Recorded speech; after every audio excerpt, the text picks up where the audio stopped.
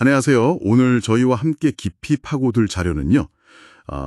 그 고대 백제가 정말 바다 건너 중국 요서 지역을 다스렸을까 하는 아주 흥미로운 질문입니다. 네, 이른바 요소 경략설에 대한 분석인데요. 백제가 중국 땅에 군사기지를 넘어서 뭐랄까 통치까지 했다니 이게 사실이라면 정말 대단한 일인데 과연 어떤 이야기일까요? 네, 이게 사실 그 주장의 핵심 근거는요. 주로 중국 남조 시대 역사서인 송서, 백제전에 나오는 한 구절이에요. 송서요. 네, 백제가 요서, 진평 두 군을 땅을 차지하고 스스로 백제군을 설치했다. 뭐 이런 기록이죠. 차지했다. 네, 여기서 차지했다.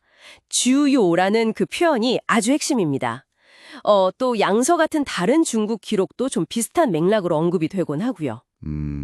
게다가 백제가 워낙 뛰어난 항해술, 또 해상력을 가졌잖아요. 그렇죠. 해상 강국이었죠. 네, 그걸 바탕으로 해외의 담로라는 구역, 그러니까 일종의 해외 행정 거점, 아니면 경제 거점, 이렇게 추정되는데 담로. 네, 이걸 두었다는 기록이랑 연결해서 혹시 요서 지역도 그 담로 중 하나가 아니었을까, 이런 시각도 있는 거죠. 와. 강력한 해상력이 있었으니까 아예 불가능한 상상만은 아닐 수도 있겠다, 그런 겁니다. 와, 중국의 정식 역사 기록에 그런 내용이 있다니 정말 놀랍네요. 당시 백제의 위상이 어땠는지 좀 짐작이 가는데요. 그렇죠. 하지만 또 역사는 한쪽 기록만으로 판단하기는 좀 어렵잖아요. 물론입니다. 이 주장의 다른 면들도 한번 살펴보겠습니다. 과연 우리 기록이나 다른 증거들은 이 이야기를 어떻게 뒷받침하거나 혹은 반박하고 있을까요? 네, 여기서 이제 첫 번째 좀 큰 난관에 부딪히게 됩니다. 난관이요? 바로 삼국사기나 삼국유사 같은 우리나라의 주요 역사서 어디에도 백제가 요서 지역으로 진출했다거나 그곳을 통치했다거나 하는 내용이 아예 없어요. 전혀 없다? 아니, 전혀 없습니다. 전혀 없다? 아니, 자국의 영토를 바다 건너편까지 확장한 그런 엄청난 사건인데 네네. 기록이 없다니 그건 좀 선뜻 납득하기가 어렵네요. 맞습니다. 그 점이 이 요서 경략설의 신뢰성에 가장 큰 의문을 제기하는 부분이라고 할 수 있겠습니다. 그렇군요. 우리 역사 기록이 침묵하고 있다. 네. 그렇다면 혹시 뭐랄까 땅 위에 남겨진 흔적 같은 건 없을까요? 고고학적 증거 말씀이시죠? 네. 당시 백제 사람들이 그 지역에 있었다면 무덤이라든지 토기 같은 게 나올 법도 한데요. 자료들 속에서는 그 부분은 어떻게 다뤄지고 있나요? 정말 중요한 지적이십니다. 근데 현재까지는요, 그 요서 지역에서는 백제가 오랫동안 통치했다. 이걸 명확하게 입증할 만한 백제 고유의 유물이나 유적이 거의 발견되지 않았습니다. 거의요? 네. 간혹 백제와 관련 있을 법한 유물이 나온다고 해도 이게 그냥 교역을 통해서 전해진 건지 아니면 실제 통치의 증거인지 구분하기도 어렵고요. 그 양도 매우 제한적이에요. 그렇군요.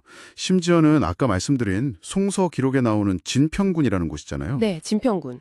이곳의 정확한 위치조차나 지금의 어느 지역인지 학계에서도 의견이 분분합니다. 그래서 지리적으로 특정하기도 어려운 그런 상황입니다. 위치도 불분명하다? 네. 그래서 결국은 중국 기록 자체를 어떻게 해석해야 할지 이 문제가 또 중요하게 떠오릅니다. 해석의 문제군요. 네. 당시 중국은 남북주로 나뉘어서 서로 대립하던 시기였잖아요. 네.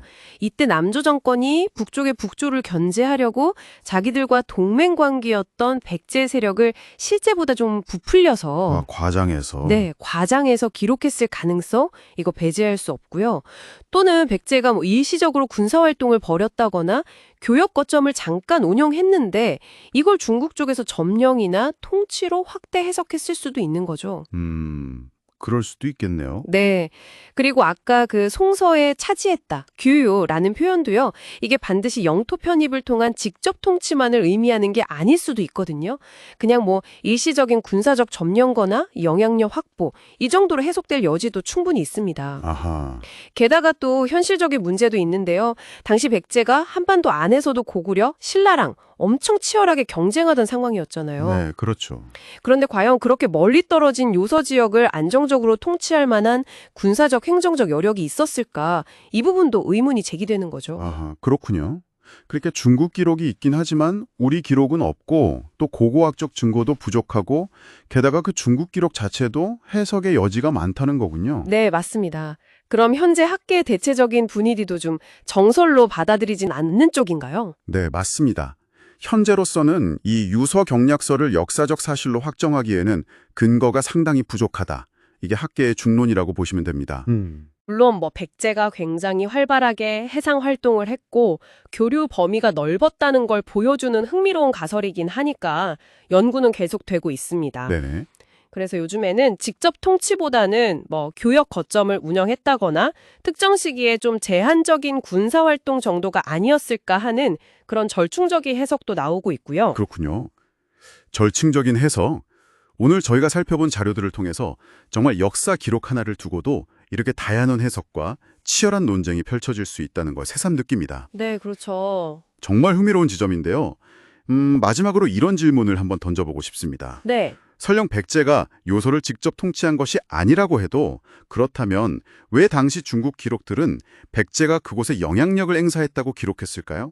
그 기록의 존재 자체가 당시 동아시아 속 백제의 국제적 위상이나 활동 범위에 대해서 우리에게 어떤 단서를 던져주는 걸까요? 이 질문에 대해서 한번 곱씹어 보시는 것도 의미 있을 것 같습니다.